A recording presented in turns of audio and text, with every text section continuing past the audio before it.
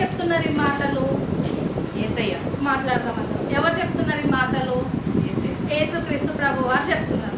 ఎవరితో చెప్తున్నారు అనేది కూడా ఇక్కడ క్వశ్చన్. ఒక డిసైపుల్తో అంటే శిష్యుడితో. ఆ శిష్యుడి పేరు తెలుసు ఎవరికైనా? యోహాన్. ఆ శిష్యుడి పేరు ఏం పేరు? యోహాన్. యేసయ్యతో పాటు ఎంతమంది శిష్యులు ఉన్నారు?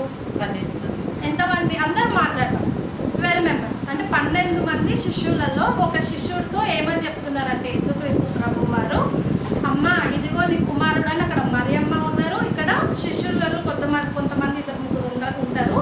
అక్కడ యోహానుతో అంటున్నారు ఏమని? అమ్మతో, వాళ్ళ మమ్మీని చూస్తూ ఇదిగో నీ కుమారుడు అని ఎవరిని చూపిస్తున్నారు? యోహాను. యోహానుతో ఏమంటున్నారు? ఇదిగో నీ తల్లి అని చెప్పేసి ఇక్కడ చెప్తున్నారు. ఎందుకు అంటే ఇక్కడ తనని పెంచింది ఎవరు, కనింది ఎవరు అంటే మరియే కదా. సో అంటే ఇక్కడ యేసుక్రీస్తు ప్రభు వారు తన బాధ్యత కదా. ఇప్పుడు తల్లిదండ్రులు పెద్దయ్యేంత వరకు పెంచుతారు. పెద్దయ్యాక తల్లిదండ్రులు ఎవరు పెంచాలి? పిల్లలు కదా. అంటే ఇప్పుడు యేసుక్రీస్తు ప్రభు వారు పెంచాలి నార్మల్గా అయితే, కానీ ఇక్కడ చనిపోతున్నారు కాబట్టి ఆ బాధ్యతను అంటే తను తీసుకున్న బాధ్యతని ఇప్పుడు ఎవరికి ఇస్తున్నారు? యోహానికి, తన శిష్యుడైన యోహానికి ఆ బాధ్యతను ఇస్తున్నారు అనమాట. అంటే ఈ మాటలోంచి మనం నేర్చుకుంటున్న విషయం ఏంటి అంటే బాధ్యత. ఏం నేర్చుకుంటున్నాము? బాధ్యత. బాధ్యత అంటే ఇంగ్లీష్లో రెస్పాన్సిబిలిటీ అంటాం కదా. సో మనం ఏ విషయాలలో బాధ్యత కలిగి ఉండాలో 3 విషయాలు నేర్చుకుందాం. చాలా విషయాలు బాధ్యత కలిగి ఉండాలి, కానీ మనం 3 నేర్చుకుందాము. ఫస్ట్ వన్ ఏంటి అంటే నేను ఆలోచన, దేవుడు నాకు ఇచ్చిన ఆలోచన ఏంటి అంటే మొదటిగా మనం క్షమించడము, ప్రేమ కలిగి ఉండడం అనేది మన బాధ్యత. మొదటి మాటలోనే మనం విన్నాం కదా. ఏంటి మొదటిగా మనకు ఉండవలసిన బాధ్యత ఏంటి అంటే మనము క్షమించగలగాలి, ప్రేమించగలగాలి. అది మనం ఒకసారి వర్స్ చూద్దాము. లూకా సువార్త 6వ అధ్యాయము. లూకా సువార్త 6వ అధ్యాయము 27వ వచనము. ఓకే, నేను చదువుతా, టైం లేదు కాబట్టి. వినుచున్న మీతో నేను చెప్పినదేమనగా, మీ శత్రువులను ప్రేమించుడి, మిమ్మును ద్వేషించు వారికి మేలు చేయుడి, మిమ్మును శపించు వారిని దీవించుడి, మిమ్మును బాధించు వారి కొరకు ప్రార్థన చేయుడి అని చెప్పేసి చెప్తున్నాను. ఇక్కడ మనకు చాలా విషయాలలో మనం 2 మాట్లాడుకుంటున్నాం. ఏంటి అంటే క్షమించాలి, ప్రేమించాలి. క్రైస్తవులుగా ఉన్న మనకు మన జీవితంలో మన బ్యాక్ బోన్ ఎంత ఇంపార్టెంట్. మనం కూర్చోవాలంటే మనకి ఏం కావాలి? బ్యాక్ బోన్ కావాలి కదా. సో మనము మనం నడవాలన్నా కూర్చోవాలన్నా మనకి ఎట్లా బ్యాక్ బోన్ కావాలో, మన స్పిరిచువల్ లైఫ్లో మూవ్ అవ్వాలి అంటే ఫర్గివ్నెస్ అనేది ఉండాలి, ఇతరులను ప్రేమించడం అనేది ఉండాలి. ఈ 2 లేకుంటే మనకు బ్యాక్ బోన్ లేనట్టు. బ్యాక్ బోన్ లేకుంటే ఏమవుతుంది? మనం ఏమీ చేయలేము. సో తర్వాత మనం ఎంత పరిచర్య చేయొచ్చు, లేకుంటే మనం బాగా పాటలు పాడొచ్చు, బాగా వాక్యం చెప్పొచ్చు, బయటికి వెళ్ళి బాగా సువార్త చేయొచ్చు, మనం ఇవన్నీ చేయొచ్చు. కానీ మనము క్షమించకపోతే, మన శత్రువులైన ఎవరినైనా ప్రేమించకపోతే మనకేం లేనట్లు? బ్యాక్ బోన్ అనేది లేనట్లు. ఇక్కడ ఏమంటున్నారు? మీ శత్రువులను ప్రేమించండి, మిమ్మల్ని బాధించే వారి కొరకు మీరు ప్రార్థన చేయండి అని చెప్పేసి చెప్తున్నారు. అట్లనే ఇంకొక వర్డ్స్ కూడా చూద్దాము. 1 జాన్ మొదటి యోహాను రాసిన పత్రిక 4వ అధ్యాయము 4th చాప్టర్ 21 వర్సెస్లో ఏమవుతుందంటే, ఎవడైనాను నేను దేవుని ప్రేమించుచున్నానని చెప్పి తన సహోదరుని ద్వేషించిన ఎడల అతడు అబద్ధికుడగును. తాను చూచిన తన సహోదరుని ప్రేమింపని వాడు తాను చూడని దేవుని ప్రేమింపలేడు. ఇక్కడ ఏమంటున్నారు? మన కళ్ళ ముందు కనిపించే నీ సహోదరుని నువ్వు ప్రేమించినప్పుడు కళ్ళ ముందు కనిపించని దేవుణ్ణి నువ్వు ఎట్లా ప్రేమిస్తున్నావు అని చెప్పేసి క్వశ్చన్ చేస్తున్నారు. ఇక్కడ మనల్ని అడిగినారు అనుకో, ఇక్కడ ఎంతమంది యేసయ్యని ప్రేమిస్తున్నారు అంటే మనం ఏం చేస్తాము? అందరం చేయెత్తుతాం కదా. కానీ అట్లనే ఇప్పుడు మన సహోదరులను ఎవరినైనా మనం క్షమించలేకుండా ఉన్నట్లయితే మనం దేవుణ్ణి ప్రేమించినట్లే. మనం చేయించినా కూడా అది వ్యర్థమే, వేస్ట్ అన్నది. అంటే మన కళ్ళ ముందు కనిపించే మన సహోదరులను ప్రేమించినప్పుడు, క్షమించినప్పుడు కనిపించని దేవుని నువ్వు ఎట్లా ప్రేమిస్తున్నట్లు, ఎట్లా క్షమిస్తున్నట్లు అని చెప్పేసి ఈనాడు దేవుడు మనల్ని క్వశ్చన్ చేస్తున్నారు. సో మన జీవితంలో క్షమించడము, ప్రేమించడం అనేవి చాలా ప్రాముఖ్యం. వాళ్ళు మంచోళ్ళైనా చెడ్డోళ్ళైనా, మనకు మంచి చేసినా చెడు చేసినా, ముఖ్యంగా క్రైస్తవులకి, వేరే వాళ్ళకి కాదు, క్రిస్టియన్స్గా వాళ్ళు అన్యులే ఉండొచ్చు, వాళ్ళు ఇంకా వేరే వాళ్ళు అయి ఉండొచ్చు, క్రిస్టియన్స్ అయి ఉండొచ్చు, ఎవరైనా కూడా మనము వాళ్ళ వాళ్ళని క్షమించగలగాలి. వాళ్ళు ఏం నష్టం చేసినా ఎట్లా చేసినా కూడా. ఇప్పుడు ఇంతకుముందు గ్రహం స్ట్రెయిన్స్ గురించి మనం విన్నాం కదా. సో ఇప్పుడు వాళ్ళని ఆ గ్రహం స్ట్రెయిన్స్ని వాళ్ళిద్దరు పిల్లల్ని ఆ కార్లు వ్యాన్లో ఉంటే చంపేసినారు. చంపేసిన తర్వాతకి ఏమవుతుంది, వాళ్ళ వైఫ్ ఏమంటుంది, నేను వాళ్ళని క్షమించేస్తున్నా అని చెప్పేసి అన్నారు. ఒకవేళ క్షమించకుండా వాళ్ళని తీసుకెళ్లి జైల్లో వేసేస్తే వాళ్ళు చేసిన తప్పు చేసినారు కాబట్టి ఖచ్చితంగా వాళ్ళని తీసుకెళ్లి జైల్లో వేస్తుండే. కాబట్టి నేను ఒక 1 year బ్యాక్ నేను యూట్యూబ్లో విన్నాను. ఏంటి అంటే ఇప్పుడు ఎవరైతే చంపడానికో ఎవరో ఒకరు లీడ్ చేయడానికి ఉంటారు కదా, సో అతను రక్షింపబడినారంట. తను రక్షింపబడినారంట. ఒకవేళ వాళ్ళ వైఫ్ తనని క్షమించకుండా ఉంటే, తను జైల్లో ఉంటే తను రక్షింపబడుతుండేనో లేదో మనకు తెలియదు. తను క్షమించడం వల్ల ఏమైంది, ఒక ఆత్మ అనేది రక్షింపబడింది. సో క్షమించడము ద్వారా, మనము ప్రేమించడము ద్వారా కొన్ని ఆత్మలు అనేవి అవి ఏదో విధంగా దేవుడు వేరే వాళ్ళను వాడుకునైన వాళ్ళను రక్షించుకోగలుగుతాడు. నా లైఫ్లో ఒక ఎగ్జాంపుల్ మీకు చెప్పాలనుకుంటున్నాను. నా బీఈడీ టైంలో నేను హుజూర్నగర్లో నాకు సీట్ వచ్చింది.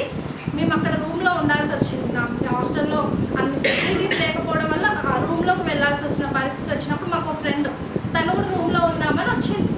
ఇద్దరం సరిత అని చెప్పి. సో ఫస్ట్ నాకు పరిచయం అయింది ఎవరు అంటే ఆమెనే.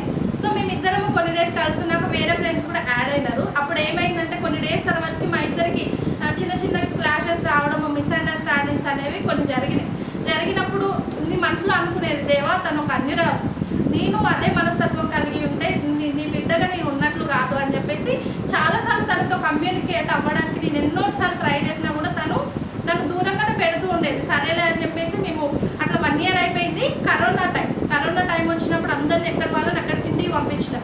అప్పటికి తను సరిగా నాతో మాట్లాడట్లేదు. ఏమన్నా కానీ దేవా నా మనసులో నేను స్ట్రాంగ్ చేసుకొని నేను తనతో మాట్లాడాలని వెళ్ళే ముందు, సరిత నేను ఏమన్నా ఇబ్బంది పెట్టుంటే సారీ, నన్ను క్షమించు, ఇది పరిస్థితి కానీ వేరేలా అర్థమైంది అని చెప్పేసి అది ఇది మాట్లాడి, సరే జాగ్రత్తగా ఉండు అని కాసేపు మాట్లాడి ఇద్దరం డివైడ్ అయిపోయి ఎవరింటికి వాళ్ళు వెళ్ళిపోయారు. కానీ ఆ కరోనా టైంలో తనకి హెల్త్ బాగాలేక తను చనిపోయింది. సారీ మా ఫ్రెండ్ కరోనా టైంలో తనకి హెల్త్ బాగాలేక తను ఏమైందంటే చనిపోయింది. అది మేము తీసుకోలేకపోయినాం. చాలా ఇయర్స్ మమ్మల్ని అది వెంటాడింది. అసలు మా కళ్ళ ముందున్న ఫ్రెండ్ చనిపోవడం ఏంటి అని చెప్పేసి అది నాకు పర్సనల్గా అనిపించింది. ఒకవేళ నేను తనతో నేను ఆ రోజు మాట్లాడకుండా ఉండి, నన్ను సారీ నిన్ను ఇబ్బంది పెట్టుంటే నన్ను క్షమించు అని చెప్పేసి నేను తనతో మాట్లాడుకోకుండా ఉంటే ఆ రిగ్రెట్ ఫీల్ అనేది నాకు లైఫ్ లాంగ్ ఉంటుండే. కానీ నేనేదో గొప్పగా క్షమించడం కాదు, కానీ దేవుడు ఆ మనసు ఇచ్చిండు. ఆ టైంకి దేవుని దయను బట్టి నేను ఆ రోజు తనతో మాట్లాడినందుకు నేను ఇప్పుడు ఫ్రీ ఉండగలుగుతున్నాను. లేకుంటే నాకు ఎప్పటికీ అరే నా ఫ్రెండ్తో నేను మాట్లాడలేదు, తన తర్వాత మాట్లాడడానికి కూడా లేదు, సారీ చెప్పడానికి కూడా లేదనే ఫీల్ అనేది నాకు ఉంటుండేనేమో. అంటే క్షమించడము, ప్రేమించడము ద్వారా మనం సమాధానంతో ఉండగలుగుతాం. వాళ్ళు ఎట్లుంటారో మనకు తెలియదు, కానీ మనం ఏ విధంగా ఉండగలుగుతామంటే సమాధానంతో ఉండగలుగుతాం. మొదటిది ఏంటిది, మనము ప్రేమించాలి, క్షమించాలి. రెండవదిగా పేరెంట్స్ రెస్పాన్సిబిలిటీ దగ్గరికి వచ్చేసరికి నేను పేరెంట్స్ గురించి చెప్పాలనుకుంటున్నాను. తల్లిదండ్రులుగా పిల్లల విషయంలో మనం ఎట్లాంటి బాధ్యత కలిగి ఉంటున్నాం. ఇప్పుడున్న పేరెంట్సే కావచ్చు, ఫ్యూచర్లో పేరెంట్స్ అవ్వచ్చు. మన రెస్పాన్సిబిలిటీ ఏంటి, పిల్లల్ని వాళ్ళను సంతోషంగా చూసుకోగలుగుతున్నామా, వాళ్ళ బాధ్యతలను మనము ఫుల్ఫిల్ చేయగలుగుతున్నామా, అది కూడా ఒక క్వశ్చన్ చేసుకుని ఒక వర్స్ చూద్దాము. మనము ఎఫెసియన్స్ 6th chapter, ఎఫెసీయులకు రాసిన పత్రిక 6వ అధ్యాయము 4వ వచనము. ఇక్కడ ఏమంటున్నారు అంటే, తండ్రులారా మీ పిల్లలకు కోపము రేపక ప్రభు యొక్క శిక్షలోను బోధలోను వారిని పెంచుడి. ఇక్కడ పేరెంట్స్కి చెప్తున్నాడు, మీ పిల్లలకు కోపము రేపక అంటే వాళ్ళను మీరు పట్టించుకోకుండా ఉండకండి, వాళ్ళని పట్టించుకోండి, వాళ్ళకి ఇష్టం లేని పనులు చేయకండి. అంటే వాళ్ళు ఏ పని చేసినా మనం ఒప్పుకోవాలని కాదు ఇక్కడ. కాబట్టి మనకు కొన్ని రెస్పాన్సిబిలిటీస్ ఉంటాయి. వాళ్ళ గురించి మనం ప్రార్థన చేయాలి, వాళ్ళని సరైన మార్గంలో పెంచాలి, తప్పు చేస్తుంటే వాళ్ళని సరి చేయాలి. వాళ్ళు దొంగతనాలు చేయడము, అబద్ధాలు చెప్పడము, పెద్దల మాట వినకుండా ఉండడం, ఇవన్నీ చేస్తున్నప్పుడు పేరెంట్స్ రెస్పాన్సిబిలిటీస్. సో ఇవన్నీ పేరెంట్స్గా ఉన్న ప్రతి ఒక్కరు చేయగలుగుతున్నారా? ఆ రెస్పాన్సిబిలిటీ దేవుడిచ్చిన బాధ్యతని నమ్మకంగా నెరవేర్చగలుగుతున్నారా? పేరెంట్స్గా ఎట్లా ఉంటున్నాము అని చెప్పేసి ఒకసారి క్వశ్చన్ చేసుకుందాము. పేరెంట్స్గా వాళ్ళ బాధ్యతని మనం నెరవేర్చగలుగుతున్నామా, లేకుంటే అరే మా పేరెంట్స్ నన్ను పట్టించుకోవట్లేదు, నాతో మాట్లాడరు, నా అవసరతలు తీర్చరు, నేను ఎటు పోయినా వదిలేస్తారు, వాళ్ళే చూసుకుంటారు అనే ఆలోచనలో పిల్లలు ఉంటున్నారా, లేకుంటే మా బాధ్యతగా పేరెంట్స్ ఉంటున్నారా అని ఒకసారి మనం ఆలోచన చేసుకుందాము. ఒకసారి ఏమైందంటే ఆంధ్ర తెలుసు కదా మనకందరికీ, ఆ మండపేట అని ఆ ప్లేసెస్ ఉంటాయి కదా, అక్కడ ఒక మీటింగ్ జరిగింది, పెద్దగా మీటింగ్ జరిగినప్పుడు ఏం చేస్తున్నారు అంటే పిల్లలు ఇంటే అల్లరి చేస్తూ ఉంటారు కదా, వాళ్ళని ఏం చేస్తున్నారు, సండే స్కూల్ టీచర్స్ పెట్టేసి వాళ్ళని తీసుకొని వెళ్ళినారు, ఒక దగ్గర కూర్చోబెట్టినారు, వాళ్ళకి ఆ 3 days ఏదో ఒకటి నేర్పించవచ్చు కదా అని చెప్పి. అయితే ఒకరోజు ఏం చేస్తున్నారంటే అక్కడ టీచర్స్ ఉన్న వాళ్ళు మీ పేరెంట్స్ దగ్గర నుంచి ఒకవేళ ఏసఐ మీ పక్కనే కూర్చొని మీ పేరెంట్స్లో మీకు నచ్చనిది ఏదన్నా ఉంటే రాయండి చెప్పండి అని చెప్పేసి ఒకవేళ దేవుడు మిమ్మల్ని అడిగారు, ఏసఐ మిమ్మల్ని అడిగితే మీరు ఏం చెప్తారు ఏసఐకి, అది మీరు ఈ నోట్లో రాయండి అని చెప్పేసి ఒక పేపర్ ఇచ్చిన, ఒక పేపర్ పెట్టించి మీ పేరెంట్స్కి అంటే మీ పేరెంట్స్లో మీకు నచ్చనిది ఏంటి రాయండి అని చెప్పేసి చెప్పినారనమాట. 300 మెంబర్స్లో 270 మెంబర్స్ అంటే మిగతా వాళ్ళంతా చిన్నపిల్లలు రాయని వాళ్ళు ఉంటారు కదా, వాళ్ళు కాకుండా మిగతా వాళ్ళందరూ అన్న పిల్లలు ఏంటి అంటే మా మమ్మీ మా డాడీ గొడవ పెట్టుకోకుండా ఉంటే చాలు, వాళ్ళిద్దరు సమాధానంతో ఉంటే చాలు, వాళ్ళిద్దరు ప్రార్థన చేసుకుంటే చాలు, వాళ్ళిద్దరు వాక్యం చదువుకుంటే చాలు, మాకేదో చేయాలి, వాళ్ళు ఒక్కరు కూడా మాకు బుక్స్ ఇప్పించాలి, మమ్మల్ని మంచి స్కూల్లో చదివించాలి, మాకు ఇది ఇవ్వాలి, మాకు అది ఇవ్వాలని ఎవ్వరు రాయలేదంట. 270 ఆ పిల్లల వరకు మా పేరెంట్స్ వాళ్ళిద్దరు గొడవ పడుకోకుండా ఉంటే చాలు, వాళ్ళు ప్రార్థన చేసుకొని ప్రతి సండే చర్చ్కి వెళ్తే చాలు, వాళ్ళు మంచిగా కలిసి ఉంటే మాకు చాలు, మేము అంతకంటే ఏమి ఎక్స్పెక్ట్ చేయట్లేము అని చెప్పేసి పిల్లలు రాసిరట. ఇప్పుడు ఇప్పుడు తల్లిదండ్రులుగా ఉన్నవారి ఆత్మీయ స్థితే కానీ పరిస్థితే కానీ తెలవాలంటే వాళ్ళ పిల్లల్ని అడిగితే తెలిసింది కదా, వాళ్ళ పిల్లల్ని అడిగితే వాళ్ళ పేరెంట్స్ సిచ్యువేషన్ ఏంటో అర్థమవుతుంది. ఇప్పుడు పేరెంట్స్గా ఉన్న వాళ్ళైనా ఫ్యూచర్లో ఉండే వాళ్ళైనా ప్రార్థన చేసుకున్నాము, దేవా మా పిల్లల్ని మేము ఎట్లా పెంచుకోవాలి, మేము ఎట్లా నడిపించాలి దేవుళ్ళు అని చెప్పేసి మనం దేవుణ్ణి అడగాలి. పిల్లలు ఉన్నవాళ్ళు కూడా ఎట్లా ఉంటున్నారు, పిల్లల విషయంలో రెస్పాన్సిబిలిటీగా ఉంటున్నామా లేదా అని చెప్పేసి క్వశ్చన్ చేసుకున్నాము. ఇది సెకండ్ రెస్పాన్సిబిలిటీ ఏంటి అంటే పేరెంట్స్గా మన బాధ్యతను మనము సరిగా చేయగలుగుతున్నాము. ఫస్ట్ ఏంటి, ప్రేమించాలి, క్షమించాలి. రెండోది ఏంటి, పేరెంట్స్ రెస్పాన్సిబిలిటీ. మూడవది సంఘం దగ్గర బాధ్యత కలిగి ఉండాలి. మూడో విషయం ఏంటి అంటే సంఘం విషయంలో బాధ్యత కలిగి ఉండాలి. మొదటి కొరింథీయులకు రాసిన పత్రిక 9వ అధ్యాయము, వీలైతే దూరణ చదివితే బాగుంటుంది. మొదటి కొరింథీయులకు రాసిన పత్రిక 9వ అధ్యాయము 16వ వచనము, 9th chapter 16th verse. 1 Corinthians 9th chapter 16th verse. For if they preach the gospel, I have nothing to boast of, for necessity is laid upon me. Yes, woe is me if I do not preach the gospel. నేను సువార్తను ప్రకటించుచున్నాను, నా అతిశయ కారణము లేదు. సువార్త ప్రకటించవలసిన భారము నా మీద మోపబడి ఉన్నది. అయ్యా, నేను సువార్తను ప్రకటింపగా పోయిన ఎడల నాకు శ్రమ. ఓకే, ఇక్కడ ఏమంటున్నారు అంటే సువార్తను ప్రకటించవలసిన భారము అంటే రెస్పాన్సిబిలిటీ అనేది నాకుంది. అది చెప్తున్నందుకు నాకేదో ప్రైడ్ అనేది ఏం లేదు. ఒకవేళ నేను సువార్త ప్రకటించకపోతే నాకు శ్రమ అని చెప్పేసి అంటున్నారు. ఇప్పుడు మనకు శ్రమ అనగానే మనకు ఏం గుర్తొస్తుంది, ఇట్లా డబ్బులు లేకపోతే శ్రమ, ఇట్లా పిల్లలు మాట వినకపోతే శ్రమ, సొంత ఇల్లు లేకుంటే శ్రమ, కారు లేకుంటే శ్రమ, లగ్జరీ లైఫ్ లేకుంటే శ్రమ. ఇవి మన శ్రమలు కదా నార్మల్గా జనరల్గా ఆలోచించుకుంటే. కానీ ఇక్కడ పౌలు గారు ఏమంటున్నారు, సువార్త ప్రకటించకపోతే నాకు శ్రమ. అట్లాంటి ఆ బాధ్యతతో మనం ఉంటున్నామా? ఇప్పుడు సువార్త అనగానే మనం మైక్ పట్టుకొని స్ట్రీట్స్లో తిరిగి గట్టిగా చెప్పాలి, దేవుడు ప్రేమిస్తున్నాడు, ఆయన చనిపోయిండు, తిరిగి లేచి ఇది అవసరం లేదు. ఇది దేవుడు అవకాశం ఇచ్చినప్పుడు చెప్తాం. దానికంటే ముందు ఇంట్లో కూర్చొని వారి కోసం ప్రార్థన చేయడం, రక్షించిపోతున్న ఫస్ట్ చేయాల్సిన పరిచర్య ఏంటి అంటే ప్రార్థనే పెద్ద పరిచర్య. అదే దేవుడు ఫస్ట్ మన దగ్గర నుంచి ఆశించేది. మనం స్ట్రీట్స్కి వెళ్ళి మనము గొప్పగా పరిచర్య చేయాలి, వాక్యం చెప్పాలి, అది కూడా మన బాధ్యత. దానికంటే ముందు మనం ఇంట్లో కూర్చొని చర్చ్లో ఉన్నప్పుడు వాళ్ళ కోసం మనం ప్రార్థన చేస్తున్నామా లేదా, ఇది మనం ఒకసారి ఆలోచించుకోవాల్సిన క్వశ్చన్.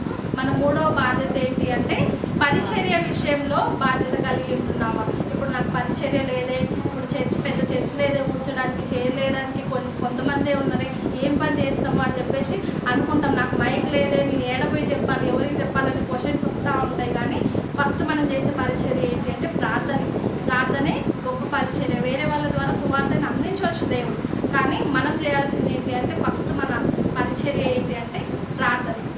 ఎట్లనైనా రక్షించుకుంటారు. కాబట్టి మనం ఆ పరిచర్య విషయంలో బాధ్యత కలిగి ఉండాలి. ఆ బాధ్యత ఏంటి అంటే ప్రార్థనే ఫస్ట్ పరిచయం, తర్వాత మిగతాది మనం నోటితో చెప్పడం అనేది కూడా ఉంటుంది. అయితే మీకు ఒక మిషనరీ స్టోరీ చెప్పాలని నేను అనుకుంటున్నాను.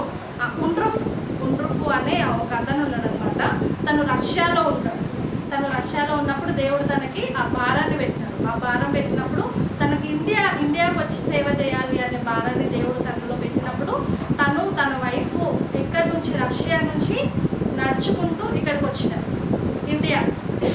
ఇండియాకి నడుచుకుంటూ వచ్చినారు. ఎన్ని ఇయర్స్ పట్టిందంటే వాళ్ళకు 3 years పట్టిందనమాట. అంత కష్టపడి అక్కడి నుంచి నడుచుకుంటూ వచ్చి ఇక్కడ కొన్ని డేస్ ఉన్నప్పుడు ఏమైంది అంటే వాళ్ళని సేవ చేయకుండా పంపించడము, వేరే వాళ్ళు కొట్టడం, ఇవన్నీ జరుగుతూ ఉంటే ఇక్కడ పరిచర్య హైదరాబాద్లో ఎక్కడ వాళ్ళు ప్లేస్ చూస్ చేసుకున్నారంటే భువనగిరి మనకు చాలా మందికి తెలిసే ఉంటుంది కదా. సో అక్కడ భువనగిరిలో ఏం చేసినారు అంటే వాళ్ళు పరిచర్య చేయడం అనేది స్టార్ట్ చేసినారు. తనకు రష్యా నుంచి అంటే తెలుగు మాట్లాడడం రాదు కదా. 1 సంవత్సరం అంతా కష్టపడి తను తెలుగు మాట్లాడడం నేర్చుకున్నారు. తెలుగు మాట్లాడడం నేర్చుకొని తెలుగులో పరిచర్య చేస్తూ వాక్యాన్ని చెప్తూ ఇట్లా నడిపిస్తూ ఉన్నారు. ఎక్కడ ఉన్న కుదరదని చెప్పేసి వాళ్ళు ఎక్కడికి వెళ్ళారు అంటే భువనగిరికి వెళ్ళినారు. అక్కడ హైదరాబాద్లో పబ్లిక్ స్కూల్ అనేది ఉంటుంది కదా. హైదరాబాద్ పబ్లిక్ స్కూల్ అనేది నార్మల్గా అప్పట్లో హిందూస్ వాళ్ళు ఉంటారు కదా, కట్టుకొని వాళ్ళకే చాయిసెస్ ఉంటుంటాయి. క్రిస్టియన్ వీళ్ళకి చాయిసెస్ లేకపోతే ఈ ఉండ్రూఫ్ ఏం ఆలోచించినారు అంటే వాళ్ళ కూతురు ప్రిన్స్టన్ అని వాళ్ళ కూతురు ఉంటుంది. తన పేరు మీద ఒక ఇన్స్టిట్యూట్ తను స్టార్ట్ చేసినారు. ప్రిన్స్టన్ అని వాళ్ళ కూతురు పేరు మీదనే ఒక ఇన్స్టిట్యూట్. ఇప్పుడు హైదరాబాద్ పబ్లిక్ స్కూల్ ఎట్లనో సేమ్ అట్లనే అన్ని ఫెసిలిటీస్ ఉంచి అంత గొప్పగా ఆయన పరిచర్య చేయడం అనేది స్టార్ట్ చేసి మంచి స్కూల్ కట్టించి ఇన్స్టిట్యూట్ పెట్టి ప్రతి ఒక్కరు చదువుకోవడానికి అన్ని ఫెసిలిటీస్ ఇచ్చినారు. అతను చాలా సంవత్సరాలు పరిచర్య చేసి ఎన్ని ఇయర్స్ అప్పుడు తను చనిపోయినారు అంటే తను 13 years పరిచర్య చేసినారు అనమాట. 13 years తను ఇండియాకి వచ్చి పరిచర్య చేసి ఆయన చనిపోయేటప్పుడు తను ఎంత సంపాదించినారు అంటే క్రైస్తవులకి అక్కడ ఉన్న వాళ్ళ వరకు 57 ఎకరాలు 57 acres అంత సంపాదించి వెళ్ళిపోయినారు. కానీ ఆయన చనిపోయిన తర్వాత జనరేషన్స్ క్రిస్టియన్స్ ఉంటారు కదా, దాన్ని ఏం చేసినారంటే వాళ్ళకి ఇష్టానుసారంగా సొంతమైన వాటికి ఖర్చు చేసుకొని ఇప్పుడు లాస్ట్కు ఉండ్రూఫ్ సంపాదించిన దాంట్లో ఎంత ఉందంటే ఓన్లీ 6 acres ఉంటుంది. ఎంత సంపాదించినారు? 57. అంత సంపాదిస్తే పర్సనల్గా సొంతంగా వాడుకొని లాస్ట్కి ఎంత ఉంచినారు అంటే 6 ఎకరాలు అంటే 6 acres ఉంచినారు అనమాట. ఇప్పుడు ప్రిన్స్టన్ అనే ఆ ఇన్స్టిట్యూట్ ఉంది కదా, దాన్ని ఏం చేసినారంటే గీతాంజలి స్కూల్కి వాళ్ళు అమ్మేసినారంట. అంటే వాళ్ళ సొంత లాభాల కోసం. అంటే మనము ఆ ఉండ్రూఫ్ రష్యా నుంచి 3 years నడుచుకుంటూ వచ్చి తెలుగు నేర్చుకొని అంత కష్టపడి అంత పరిచర్య చేస్తే నెక్స్ట్ జనరేషన్కి వచ్చేసరికి ఆ బాధ్యత అనేది, ఆ పరిచర్య బాధ్యత అనేది లేదు. సో మనము అట్లా ఉంటున్నామా?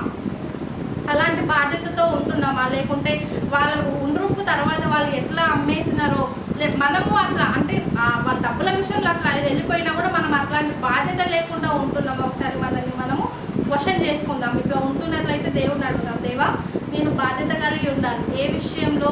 నేను క్షమించే విషయంలో, ప్రేమించే విషయంలో, తల్లిదండ్రులుగా ఉన్నవాళ్ళు తల్లిదండ్రులుగా పిల్లల్ని రెస్పాన్సిబిలిటీగా చూసుకునే విషయంలో, పిల్లలు తల్లిదండ్రులని రెస్పాన్సిబిలిటీగా చూసుకోవడం, వాళ్ళు చెప్పిన మాట వినడము, 3వది బాధ్యత కలిగి ఉండడం. ఈ 3 మన జీవితంలో ఉన్నాయా లేవో ఒకసారి క్వశ్చన్ చేసుకుందాము. లేకుండా ఉన్నట్లయితే దేవుడిని అడుగుదాం, దేవా నాకు ఆ బాధ్యతను ఇవ్వండి, నేను అట్లా నడుచుకోవడానికి నాకు సహాయం చేయండి అని చెప్పేసి చిన్న ప్రార్థన చేసుకుంటాము. మహాగణుడ, గొప్ప దేవ, ఉన్నతమైన ప్రభువా, నీకే వందనాలు. ఇక్కడ నిల్చొని మాట్లాడడానికి అయితే నేను అనుకున్నాను కాను, కేవలం నీ యొక్క కృప ఇచ్చిన ఈ యొక్క గొప్ప ధన్యతను బట్టి వందనాలు. మరి మా యొక్క జీవితంలో బాధ్యత అనేది ఎంతో ముఖ్యమై ఉందని మాకు తెలియజేస్తూ వచ్చిన గొప్ప దేవ, నీకే వందనాలు యేసయ్యా. అయ్యా మరి గొప్ప తండ్రి, మేము క్షమించలేకపోతున్నామేమో, ప్రేమించలేకపోతా ఉన్నామేమో, అట్లాంటి మనసు మాలో ఉన్నట్లయితే తొలగించండి ప్రభా. మరి తల్లిదండ్రులుగా ఉన్నవారు వాళ్ళ పిల్లల విషయంలో బాధ్యత కలిగి ఉన్నట్లు సహాయం చేయండి ప్రభా. మరి పిల్లలుగా ఉన్నవాళ్ళు కూడా తండ్రి బాధ్యత కలిగి వాళ్ళ తల్లిదండ్రుల విషయంలో, కుటుంబం విషయంలో ఉన్నట్లు సహాయం చేయండి. పరిచర్య విషయంలో మేము భారం కలిగి ఉండాలి. మొదటగా ప్రభా, మేము ప్రార్థనని భారమును మాలో పెంచమని మేము వేడుకుంటున్నాము తండ్రి. అయ్యా మీరు మాతో మాట్లాడిన ప్రతి మాటను బట్టి వందనాలు. మా హృదయంలో ఫలింప చేయండి. ఈ మాటలు అపవాదం ఎత్తుకొని పోకుండానట్లు మీ సహాయం దయచేయండి తండ్రి. ఈ యొక్క కృపలో మమ్మల్ని వర్ధిల్లింప చేయమని అడుగుతూ ఈ యొక్క ప్రార్థన మీ పాదాల చెంత చేర్చుకోవమని యేసయ్య నామమున వేడుకొని పొంది ఉన్నాము తండ్రి.